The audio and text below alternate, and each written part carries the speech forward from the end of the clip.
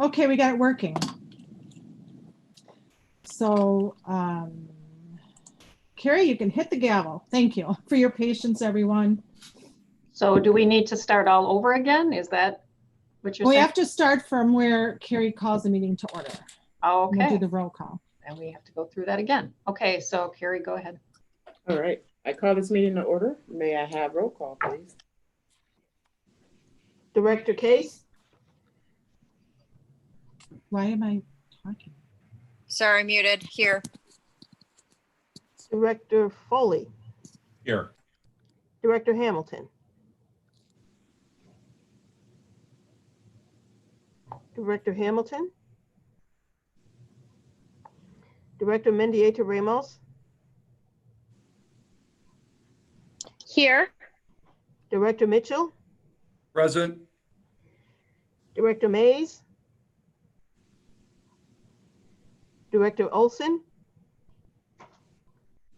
Director Falp-Socorro, Present.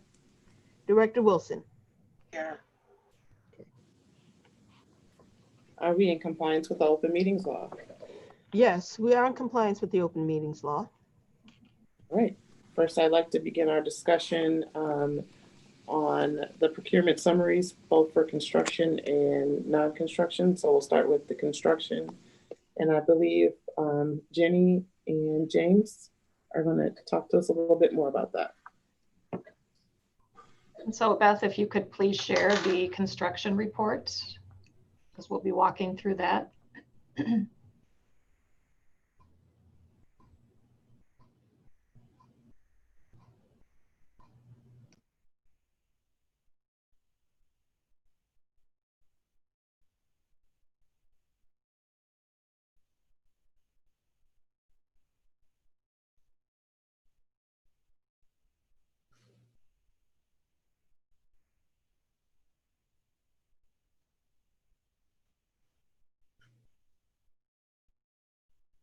Okay, great. Beth, if you could back up to the top, there's a table that we can begin with. Yep, that's fine. Yep. So we laid out the report for the task force in a few ways. We started with a summary of the legislative environment that we operate under and the regulatory policies in the statutes that apply to MATC when it comes to construction spend. We also included any existing board policies on these topics, any existing official MATC administrative procedures, and then a summary of the departmental level procedures as well. Then at the request of the task force, we laid out the past 3 years of numbers for where we're at with hub spend and apprenticeship utilization. So we'll review those with you quickly. I know you all received the report, so we'll summarize this fairly quickly. And then we did end with what we view as some next steps and some categories of areas for exploring with the task force when it comes to improvements in all of these areas. So this table lays out a summary of the state statutes that we operate under for both minority participation for historically underutilized businesses, as well as apprenticeship utilization. So it is that chapter 62.15 in particular that applies to MATC. We put a copy of the portion of that chapter within that report, so you can read the language. You also obviously have that state statute available that we can get into as we press into this in the coming months. The WTCS position in the Finance and Administrative Manual is essentially the language when it comes to minority businesses is that we're encouraged to patronize minority businesses, and conversations at the state office really pressed into their interpretation of chapter 62 of the state statutes to be predominantly about the lowest bid environment, that we are subject to taking the lowest responsible bidder on construction projects. So they strongly have that view at the state level office that we are restricted to make generalizations and determinations of award bid when it comes to minority participation, that the lowest bid rules all is the state interpretation. So that's the environment at the state level. And this again is just a quick summary. We do have a board policy when it comes to minority participation, and a copy of that is at the end of this report in full. But it's general language again. We're encouraged to maximize, encourage from our contractors minority participation, and to educate, an element of a responsibility to educate our bidders on hub participation as well. There is no comment at the board's policy level about apprenticeship utilization at this point. There is an official procedure in place for apprenticeship, although there's not for hub. And as you're aware, the Facilities Planning and Construction Department has a department level stated goal that we put in the front end of all of our construction bids that is a stated goal of 18% participation from minority hub certified businesses. And we do require initial hub statements before we send contracts to the board for signature. And we do require quarterly reports going through the process of bid completion and contract completion. For apprenticeships, we, according to the administrative procedure, we follow that procedure pretty closely. We do require from all of the construction trades that have an apprenticeship program within the Milwaukee area, we do require that bidders give us apprentices from those different trades. And we do follow up when we get those apprenticeship initial reports before the contract for both hub participation and apprenticeship utilization. If any of the numbers are below the goal that we have stated, we do have conversations with those bidders requesting that they get to the goal and make changes within the goal. So that's a summary of the departmental procedures. James, I don't know if there's anything you would add when it comes to summaries of the regulatory policies that we're under.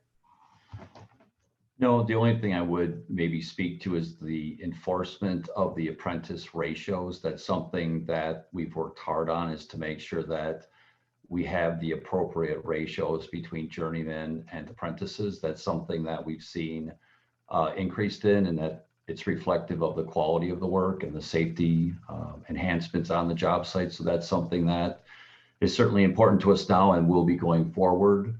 And I would say that the departmental goal of 18, again, is just something that's been there. It's not something that cannot be changed, but it is something that just has been in place for some time. Yep. Beth, if you would scroll down to point number 2, actually past that, we talked about this. If you'd keep going, keep on going. Maybe it's point 4. Yep, so current metrics. So in prior years, we have not tabulated apprenticeship hours as a whole for all of the capital project spend within the college, but we did that for fiscal year 20. So we did count up all the apprentice hours on the projects that had trades where apprentices were available, and compare the amount of hours that were reported in those quarterly apprenticeship utilization forms versus other journey worker or other construction trade hours. So last fiscal year, 29.5% was the apprenticeship percentage for utilization that was calculated. We certainly could go back further. We just have not. That's something we have not done. So that's something that this task force can formalize if it's an official report that you'd like going forward. For hub spend, Beth, if you could scroll down to section B. These are the past 3 years as requested for hub spend. And as Laura Moore reminded the group in our last meeting, we do have an annual purchasing report that goes before the board every October. And this is included in that purchasing report. These were numbers that were reported last October.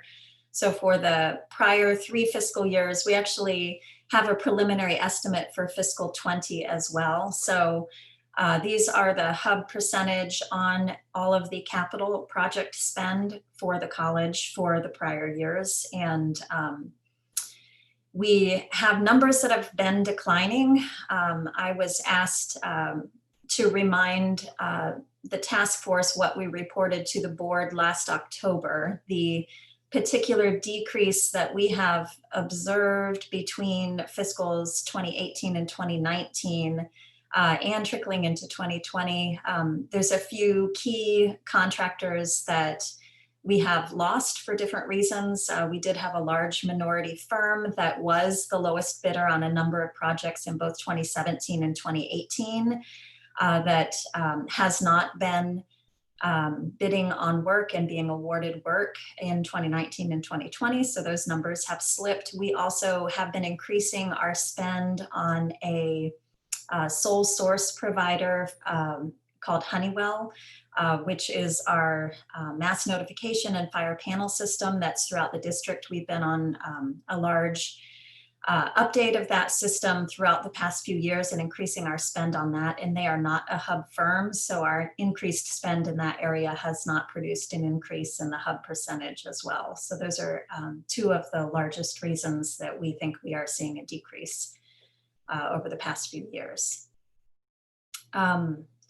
What we see, and of course that's what this task force is about, but what we see as possible areas to press into for improvement in these areas are firstly, really exploring how we can require minority participation on bids in particular, and how we can enforce requirements of our apprenticeship utilization too. So we laid out the understanding at the moment of our regulatory and environment and why we have stated goals and not particular requirements at this point. But we do think it would be a good idea to do a thorough legal evaluation of the Chapter 62 in the state statutes and what the other municipalities in our area, our other state agencies are doing in this area under the different chapters in the statutes and what might be possible. So we do think it would be a good idea to explore further policies at the MATC board level or the administrative procedure level. We pointed out some gaps that are existing currently, so we could explore future policies and procedures that would be in place. Again, we pointed out the Wisconsin Technical College system answer when it comes to minority participation. So it could be something to talk through, that we would look for system-wide changes that we would be requesting of the WTCS in these areas. And if our legal evaluation does put us at a roadblock when it comes to requiring minority participation, we can always lobby for statutory changes to municipal law. When it comes to outreach and education, we do know there is more that we can do. So we do see it as a good start that we, as our different directors have pointed out, can be doing more to point our contractors in the direction of available hub firms that exist for different construction trades. And we also have more that we can do when it comes to organizing open houses and listening sessions as a planning and construction department. We did have one scheduled and on the calendar for April of this past year. The shutdown put a wrench in that. But we certainly can revive that and think through how to do this in a way that's not in person. So there is more education and resources that we can provide to contractors. And in terms of procedural improvements, when it comes to apprenticeship standards, it certainly would be good in those policies and procedures to help the department determine which projects and conditions will require those standards, if there's a minimum project dollar amount, or if it's all of the capital spend for the college that we are targeting. So yeah, those are some of the initial future ideas we had. James, is there anything that I left out? No, I would just echo some of the things that you see in the report, that we do understand that we have to work with our contractors, that this is not simply an enforcement where we put out a percentage and then we require them to do something. we really have to partner with them, educate them, explain to them the different resources that are available, engage those contractors that are in these categories and classifications to help them understand how our process works and how bids work, responsibilities for government contracts and the inspections that go through it and permitting, and maybe some of the different layers that they might not see in some of the smaller private sector projects that might be in that they're more familiar with. So we do understand that there's some challenges. We understand there's room for improvement, and we're certainly willing to work with this group and others to advance those goals of the college.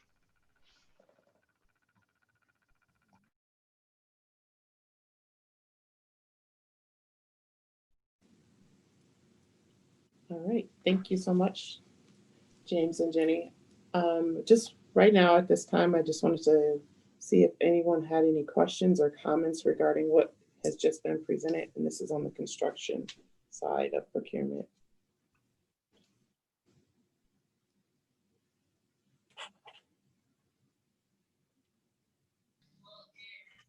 Madam Chair, Yes. this is Director Hamilton. All right. On the just the on the question of under 5, when we were talking about improvements to require historically underutilized businesses, and it talked about goals as opposed to requirements.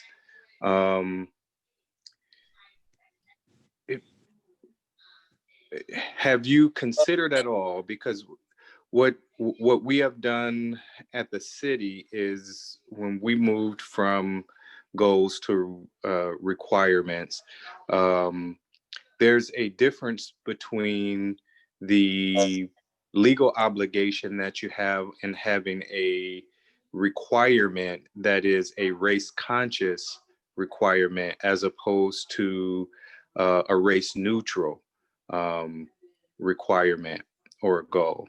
And have you differentiated between those two, or has it been just the position that you would have goals as opposed to requirements? Director Hamilton, are you asking me the question, or are you asking? No, I'm asking the presenters. I mean, I think there was some conversation about the restrictions as to, and then there was a follow-up comment about positioning the organization in relationship to contractors to have goals as opposed to requirements. And I was just wondering what the thinking was behind that, and if there wasn't like a conscious decision not to have requirements as opposed to goals. Maybe I can take that. It's a conscious decision only because we can't have requirements. 6215 doesn't let us, nor will the state let us have those requirements. And if we go up to the top, it requires us to take the lowest bidder without looking at, without making it predicated on a requirement that they have a certain percentage. So if we were going to go, a certain percentage of what? So we can't qualify the bid on having a certain, either they being a minority a hub participant, or having a percentage of their bid being taken up by hub participants. So right, Jenny. So I'm trying to get, just so that all of the members of the task force understand, there's a difference between a race conscious requirement and a race neutral requirement. And you're right. The law does not require, will not allow a race conscious requirement, but they do allow race neutral requirements if you have the right structure. Okay, so I guess I need a little more clarification on what that structure would be that we don't have today. That Right, would allow us- there's a way of, well, there's a way of defining small and underutilized businesses without using race. Okay, Which it is defined actually in Hub. Hub is just historically underutilized business. It doesn't specify right. the race, it's neutral. Okay, That in itself would be a race neutral. Right, and I'm saying the constitutional requirement of, because we're going through a disparity study right now, which is one of the strict scrutiny requirements of having a race conscious program, is to have a disparity study that would actually, through data, demonstrate that certain businesses are at a disadvantage because of race. And once you meet that strict scrutiny, you can structure a program that would have a race conscious component to it.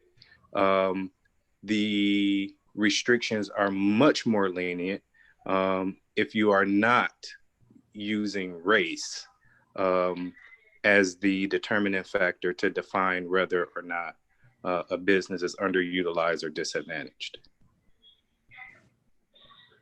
okay, And so I don't want the message to be to the task force, which is why I was trying to see if this was a policy decision. The message to the task force should be, we could have a race neutral program. The city has had one for years that required responsive bids to projects, have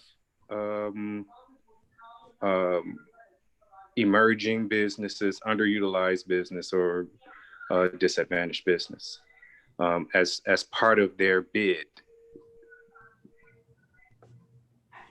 Otherwise, it's not responsive. so that's something we can certainly explore, because I know we have looked at what the city is doing, and we can explore how it could fit into our requirements under 6215, which I think is a different statutory requirement that the city falls under. So in our legal review, we will see if we can work that in to how we review bids in the future. Because we would need to look at it in terms of 6215 as well as then the state requirements to make sure that we are in compliance with all. So we certainly can look at doing something similar to what the city is doing, because I know we've looked at preliminarily what they're doing now with the disparity study and things that you mentioned, Director Hamilton, in the hub participation, that I think there was an ordinance passed a few years ago on that piece. So we will certainly, that's kind of where we're going with the legal analysis right now through Michael Best, to kind of see what latitude we have under 6215 to do some of those more proactive approaches to engaging and making some of those requirements applicable to our bids. And Janice, could we, while we're still in the process of, we do have a scope for our disparity study right now.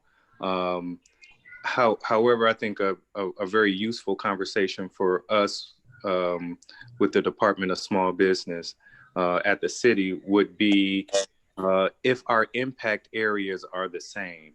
I know the footprint of MATC is much larger than the city, but it's possible that the business footprint could be very similar, or could very possibly be defined as the same. And all of the work that's going into the disparity study for the city, that data, that information may be able to, to fit the needs of MATC as well, if we're talking about the same type of projects in the same impact area. Sure. And certainly for the downtown campus, that could certainly be, I think, analogous. So certainly we could see how we could tap into that study that you're doing right now and using that to support targeting and finding those businesses to do the work. So yeah, I think there certainly could be some synergy, at least for the downtown projects that are, because we're the largest campus down here, so we tend to do the greatest amount of work, and this is the campus that has all of the infrastructure and the bigger projects typically. So okay. So we can certainly look at all of that as a possibility as we work through these statutory and regulatory nuances that we have. Okay. Can I ask a question? Yes, ma'am.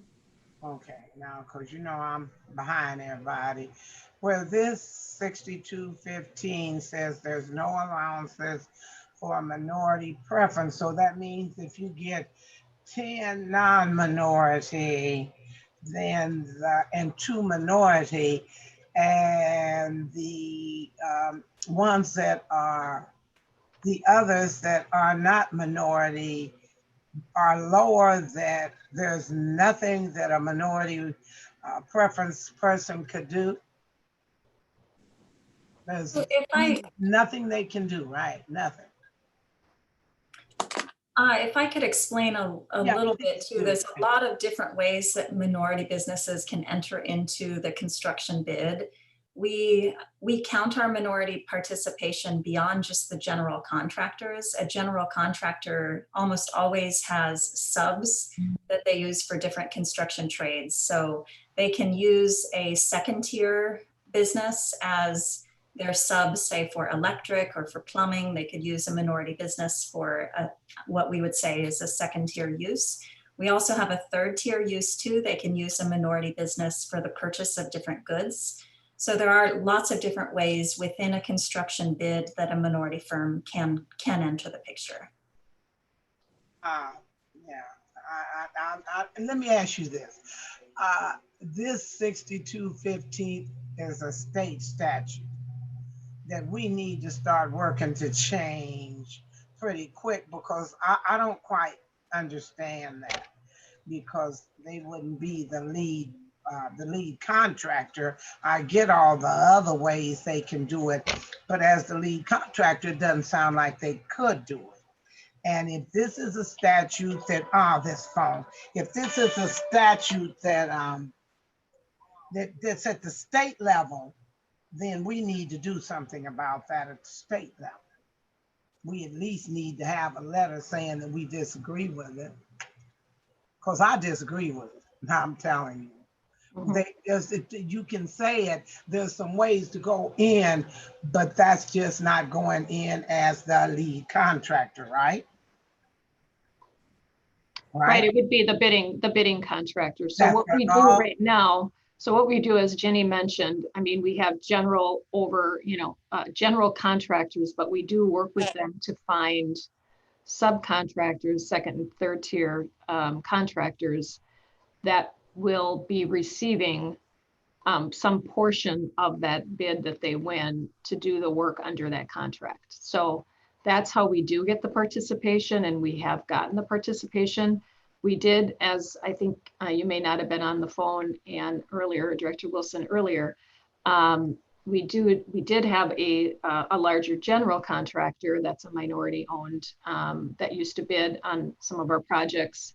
And they continue to bid, and we award those if they are coming in as the lowest bidder on those projects. So we do have a few that do that, and just making sure that we're doing the outreach right now to ensure that minority owned and underutilized businesses know about the opportunities that we have here at MATC to bid on. Okay. Anybody else have questions? Because I wanted my comments to go last. I have a quick question. All right. I guess this is for the lawyers on the call. Is there a statutory definition of lowest responsible bidder? And if not, could the requirement of some minimal level of disadvantaged group participation be included in the definition of lowest responsible bidder as we apply the statute? And so Director Foley, I think that's a really good question, and that's what we're going to try to ferret out in our legal review. If we can put some requirements up front that defines in our bids what it means to be a responsible bidder, and having some of those requirements up front. MMSD does not come under 6215, but they have incorporated within some of their structure, having some requirements up front that the bidder needs to meet in terms of minority participation and potentially apprenticeship participation before they would be considered a responsible bidder. So those are some of the things we're going to start looking at to review and see what flexibility we might have to think differently, and then to review that with the state and say, is this acceptable? Because again, how we view it, and just to ensure that we're in compliance with the state regulatory environment, we need to make sure that that is also being managed.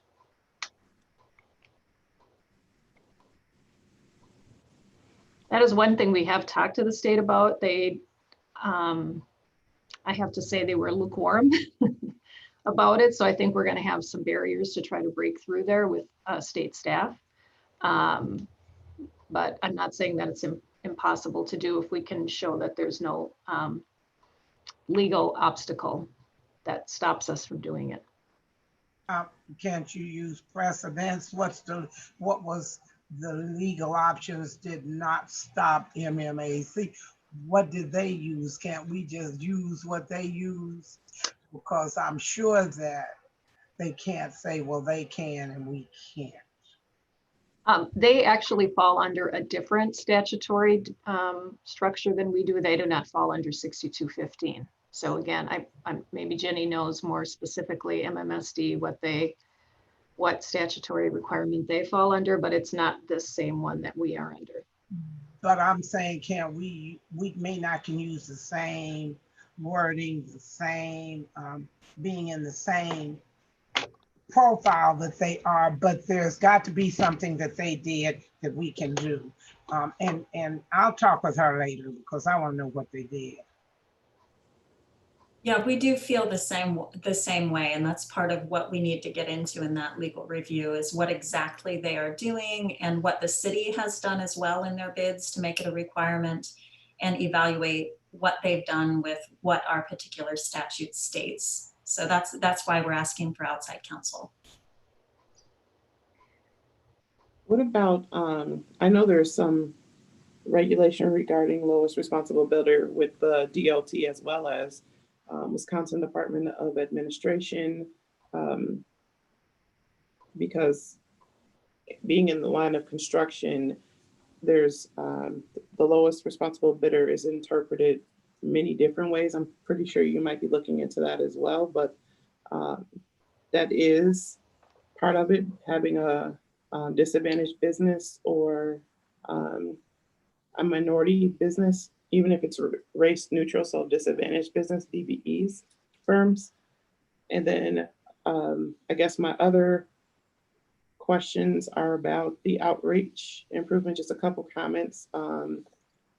Even though things were canceled in April, we work with WPI, Wisconsin Procurement Institute. Perhaps that's something And they're putting on something for UW system, as well as Green Bay, the technical colleges in Green Bay. So that might be a partner that's useful, and they are NPO, so they don't require funding to put on those particular meet and greets or listening sessions. And then I think I had a question regarding, give me 1 second, I just need to go back.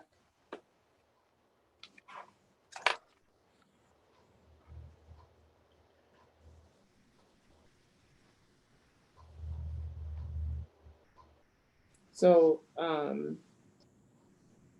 if at all possible, just for my recollection, if you could break down, not today, like the hub percentages. I'm just trying to see, like, for examples of, I thought we were lower on presentation, I think, because we had a conversation 2018 or 19 about the percentages, just kind of like a breakdown of, compare that to the capital expenditures. So these are all of the capital project expenditures. When you're looking for a breakdown, are you talking about compared to capital equipment? Is that what you're requesting? Nope, just the construction contracts themselves. So the contract work versus non-contract work. Correct. Okay, yes, we do have that, and yes, we can do that. Yep. Okay. And I think those were all my questions. Everybody else asked what other I had. Is there anybody else that has questions in regards to the construction portion?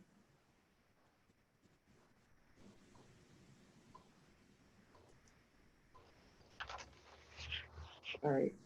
And just looking at the time, I know I want to be conscious of everyone's time since we're doing this over lunch.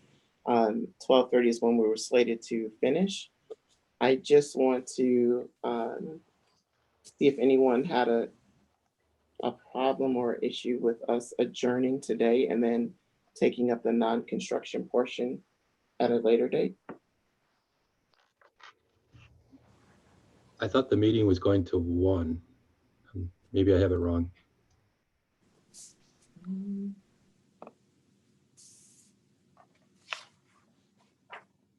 Okay. I guess I had 12:30 down. All right. If no one has an objection to us continuing, we can do that. All right. With that said, let's continue with the non-construction report, please. I would like to introduce Laura Moore, our procurement manager. She will take us through the non-construction portion of the presentation. Hello, Beth, if you could share my portion on the screen, that would be great.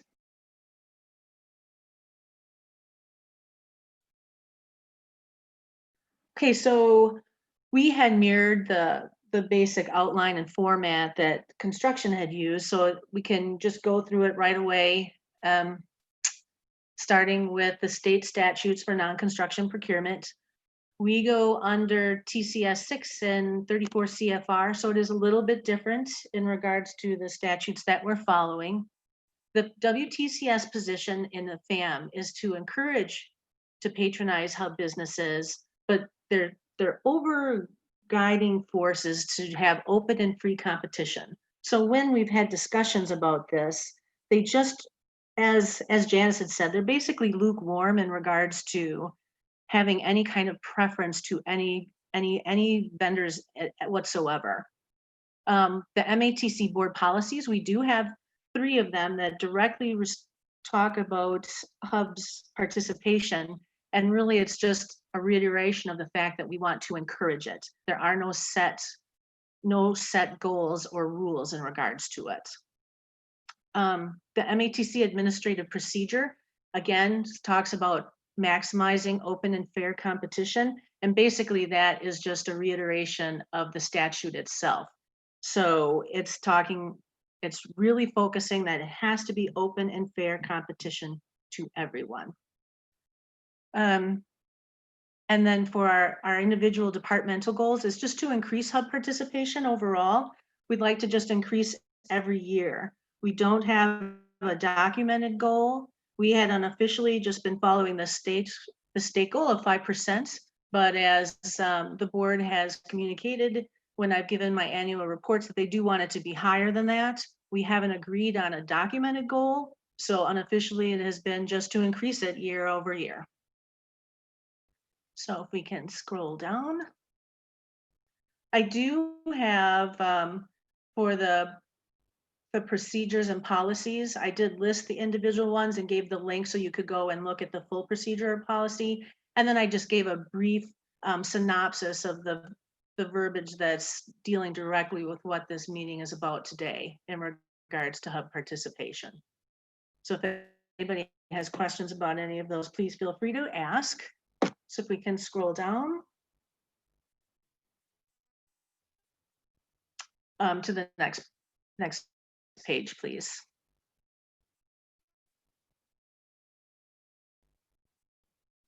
So we also are sharing the last 3 years in regards to our percentage of spend. And as you can see, last year we went up to 4.7%, and this year I do not have the final numbers, but it does look like we'll have increased slightly from last year. So we're pretty happy about that.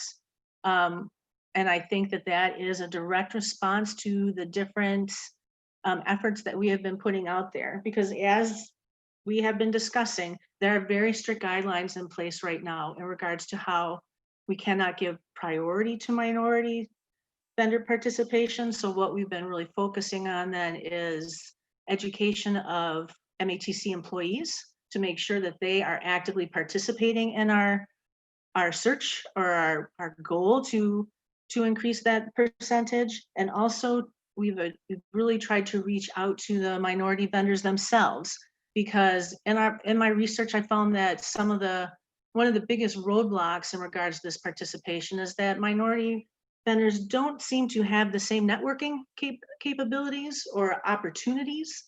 So really it's up to us to try to find a way to reach out to them. So currently we are also trying to offer the quarterly open listening sessions to local small businesses so they, well, one, know about the opportunities are out there, and then also how they can participate. That's kind of had a kibosh put on it as well for us because of COVID. We also found that we did not have a great deal of participation. We needed to figure out different ways to get the word out there that we would be offering these. So right now I'm working with Tony Tagliavia, and we're trying to come up with a social media platform where we can target the audience and we can say, hey, just so you know, we have these open listening sessions, or just to let them know overall on a daily basis that MATC wants to reach out to you and we are available for information, and that there are opportunities to participate in our competitive processes. We have annual open listening sessions for MATC employees. Like I said, it's very important that our employees are part of this process. It's not just purchasing, it's not just construction at the end. We need to have everybody consciously having this being part of their decision-making process when they make purchases. We give our instructors a great deal of latitude because they are the subject matter experts in their fields, and they know what kind of products and services we need. So we lean on them a great deal to tell us what we need, but we want them, when they are looking for the stuff they want and need to teach their classes, to include minority vendors in their search on how to obtain them. So it's very important that we have everyone involved, and that's why we have these open listening sessions, so we can make employees aware of what the processes are and what the requirements are. And we also have internal training for all our purchasing. Anybody who gains access to Cosmo, the financial module, go through training. And we include the minority goals as part of that training every time, just using that as another vehicle to get the word out there. We include on our MATC internal websites a list that shows links to hub certification sites. So when people are making the decision to make purchases that are under the need for a competitive process, anything under $15,000, our employees can go, our instructors and anybody who's making that purchase can click on these links, type in what kind of business they're looking for, and see if there are any minority vendors that offer that service. We want to, again, not only encourage them to do this, but we're empowering them to make those decisions and find those things themselves. We made the move to go to Demand Star for our solicitation of bids and RFPs. You can see the attached form. It's the last one on this report, and the ways that we reached out to people to let them know. We just felt that that had a broader range to reach out to people, because the publications we were using in the past really seemed to focus more on construction services and not, commodities such as we were looking for. And we've actually had a great deal of success with the Demand Star site and the amount and the quality of people that are responding. Our MATC website, we have a purchasing page now. We got that last year. It encourages the hub participation and includes instructions for vendors to become certified hub vendors. We provide the links to them so they know how to do that, because we found that a really large portion of our struggles are a roadblock to increasing our official minority percentage participation is the fact that such a low percentage of minority vendors are certified. For example, on the DOA site, which is the one that you would think most people would go to, there's only 600 minority vendors certified right now. And then even going to the DOT site for all the DBEs, there was only 1,000. And considering there's over 40,000 minority vendors in the Milwaukee County area, that's such a small percentage. And we think what we want to do is we want to help people learn how to become certified so they become eligible, and it opens them up to so many more opportunities, not only with MATC, but governmental opportunities overall. Is that a course we should be offering to people? I'm sorry? Is that a course we should be offering to people? Well, that's what the quarterly open listening sessions are for. We want to help people understand where they should go and what the steps are to do so. So, I mean, we could definitely look into that more if we could go further. Traditionally, where have the quarterly listening sessions been, or what media have you used for those? It would be in-house. We want it to be in person, because a lot of times it seems like, one person feeds off the other and the questions that they ask. Considering the financial climate right now, it might be best if we start thinking about some virtual opportunities as well, because I think that would answer then also for a lot of these smaller businesses. They don't have the time to say, okay, I'm going to go down to MATC and participate in that, but maybe they could jump in on a virtual. So that's something that we're thinking about. Is it possible for you to partner with Wisconsin Procurement Institute? I wrote that down when you talked about that for construction. So I have that on my list of people to contact. Thank you. Sure. I think maybe also, if that's one of the things you're going to do, is you be conscious of the time, because if you have them at 9 or 10 in the morning, they may not be able to do it virtually or in person, especially if they're a smaller business. My other question is, do you collaborate with any others who may use any of these products or commodities, or with the faith community who uses a lot of smaller businesses and stuff? Because I really, while I am so appreciative of the work that you all are doing, I don't want to start clapping our hands, because that's not a real large percentage, especially since I've heard that there are 40,000 out there. So I think that since MATC takes the lead in most everything in this city, except for the housing authority, of course, which is one you can collaborate with, maybe we should do some extra things. And if you are gonna have these trainings or whatever you're calling them, I think we should be very conscious of the time that we have. Okay. Thank you. On my And list. Director Foley, just to answer your question, if Laura was to partner with WPI, they actually already have something in place to help out small businesses with certification, so that'll kill two birds with one stone. Good, thanks. Okay, we've been annually attending the Governor's Conference on Diverse Business Development, which has been really great because you get to meet actually with the vendors. We're going to continue to participate in that. This year it will be virtual. I just received notification of that the last week, and they're going to actually extend the amount of days. It's going to actually take over the course of an entire week rather than just 2 days. So it'll be interesting to see how that works, because then the meetings with the individual vendors will be done via Zoom. So I'll let you all know how that goes, because I'm very curious how that's going to work. Our RFP solicitations do allow a maximum of 5% for evaluation criteria be awarded for hub ownership and participation. I was able to get that by with WTCS because I had framed it as that would be a way to break any kind of tie. If there were a couple vendors that were very close together, we wanted the minority participation to be the tiebreaker. So that's what we're doing currently. What we're going to be working on is we're going to be further advocating for the change that we've all been talking about during this meeting with WTCS. I did accept the chair position for the purchasing consortium to use as a platform for this change, because quite frankly, as Director Wilson said, we need to be in charge of this change, because the other colleges, except for Madison, are very lukewarm on this. They really just are set on the idea that it should just be open and fair competition. And they're also concerned that, unlike Milwaukee, a lot of those colleges do not have a large surrounding population that have minority vendors. So it'd be difficult for them to do that. And they're afraid of having a requirement set. So going to continue to advocate. And not only did I take the chair position, Madison actually took the secretarial position. So it's the two of us working on that. So hopefully we'll be able to make some change. We're going to continue to monitor other state agency hub programs and consider adopting any policies that are relevant and allowable for us to use. Honestly, the open listening sessions, we've been doing that for MATC employees, but the idea to do that for vendors is something that I saw for MPS. And I thought that was a great idea. So we're going to continue just watching for those kind of things.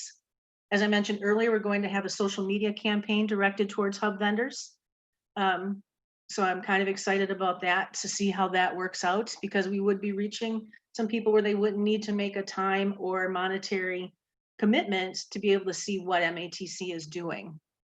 We're partnering right now. I'm working with larger distributors such as Grangers and Staples, because a lot of the things that constitute non-construction spend are commodities. And a lot of that is purchased underneath large state contracts. So we don't have that minority participation. So what we're trying to do is we're trying to identify any orders that we place with them that can be funneled to the hub suppliers that are part of that state contract. So that's in the works right now, and I'm hoping that that will help a great deal. We're going to expand our existing relationships with local chambers of commerce to include bid RFP distribution and training opportunities. When I spoke with the DOA, the director of that program, in regard to diversity suppliers, she did say that her main point of contact and outreach is through the chambers. I know that we have at least 1 or 2 memberships, like with Hispanic chambers of commerce, et cetera, but we want to build upon that, because when I went and looked on the sites and I was looking to see who I should contact, a lot of them required a membership before they'd allow us to share our bids and things like that. So I'm gonna really just push forward with that a great deal, and with whatever relationships we have. Again, it's just a lot of networking and getting the word out there, and then finding out what they need from us, what kind of information they need. So that will be a main focus this coming year. And that is, anybody have any questions? Yeah, I actually have one. Do you know the new commissioner? I do not. You should set up a time to get with him, because he knows a lot about this. And he used to do a lot of it, and he worked with MPS, and he may give us some leads that we may not have thought of. So if Okay, let me I'll know. do that. I'd actually reached out to MPS, Regina Flores, and we're just trying to coordinate a time when we can all get together so we can discuss this, because I am curious to see how they do have it written, or what hoops they had to jump through to be able to change their legislation that they're able to require minority participation. So, because both my Jennifer Johnson, who's the purchasing supervisor, and then of course Chris Staccato had worked for MPS, so they had steered me in that direction to see what we could learn from them, because they have an excellent program.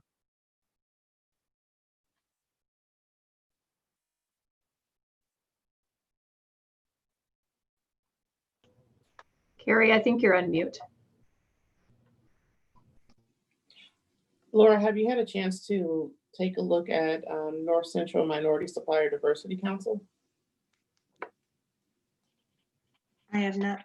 I have looked at it, but I haven't moved forward with it in any way. Is there a particular portion of that you're interested in me looking at, or?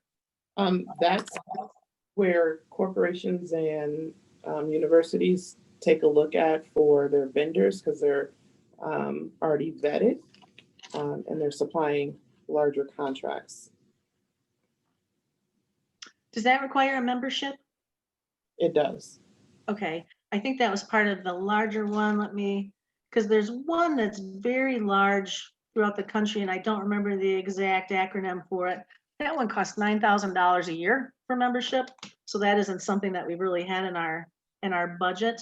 But I was trying to find out what the prices were. Well, I'm going to have to ask for money for the chambers, and then I was going to find out what the membership costs were for any other third-party certifications, and see if that's something that we would have funds for. Okay. And then just as a side note, it might be more palatable for WCTS. Typically, if you have 2 or more vendors or 2 or more contractors in a specific purchasing area, then that's when they open up the contract for minority participation or disadvantaged business DBEs. So that might be more palatable, because if they're worried about, do they have enough vendors, and they don't want to be locked into, say, 20% purchasing or whatever the contract is, whatever percentage of the contract value. That might be something to look into as well. Okay. Oh, and one other thing that I didn't list on here, for the RFPs, in the past, we would also directly solicit at least three vendors in addition to posting it on Demand Star. And now one of the requirements from MATC that at least one of those vendors that we directly solicit should be a minority vendor.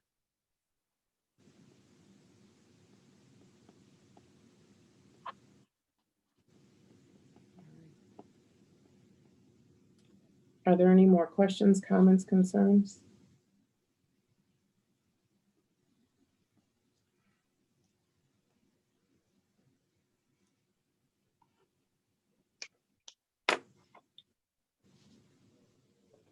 All right. Thank you. I appreciate everybody's time and effort that everyone has put into the reports. You've definitely given us a lot to look at and think about. And just one more time, does anybody have any questions, comments, or concerns? Madam Chair, Sure. Hamilton with the nice flowers. I wanted to just echo your comments about the layout of the presentation. I think it puts, it kind of spreads everything out on the table so that it's not a huge question mark as to where things can be improved and what needs to happen in order to move things forward. I think this was is very useful in being able to pinpoint some very specific ways to move forward. And I'm hoping, I'm glad Director Foley brought up the, just that whole definition about what a responsible bidder is, because I think that's, I think that was the crux of my conversations earlier is, in many ways, the way you structure the bid defines whether it, the people who respond to it is if that's responsive. So I think there are a lot of low hanging fruit that we can capture right away, that can increase the amount of opportunity that exists for folks that have historically been left out of these processes. So thanks. With that being said, could you also look into what is meant by open and fair to everyone for the procurement side? Because that definition, I don't know. Basically, I think it was referring to the fact that there weren't any, there would not be any language that would stop someone from being able to make a proposal. Okay. I guess that fair part is kind of eating at me. Okay. Again, I appreciate everyone's time. May I have a motion to adjourn the meeting? I move to adjourn. Second. Okay. We have a motion from Director Foley and a second by Director Hamilton. Before we adjourn, can I just ask a quick question for future? So are we going to have future meetings of the task force, or are we just going to report out now on our efforts to the full board as we move forward on some of these initiatives we've talked about today that you've kind of guided us in the direction of? Just so for planning purposes, so we kind of know from both of our areas, so Jeff and I, on how we kind of move forward now with the various improvements that we've talked about. What I would personally like to see is if we could have a little bit more, the questions that we answered today, if we could have just one more meeting, and so we can get a grasp on everything, and then anything in addition to that, we will report out. Okay, sounds good.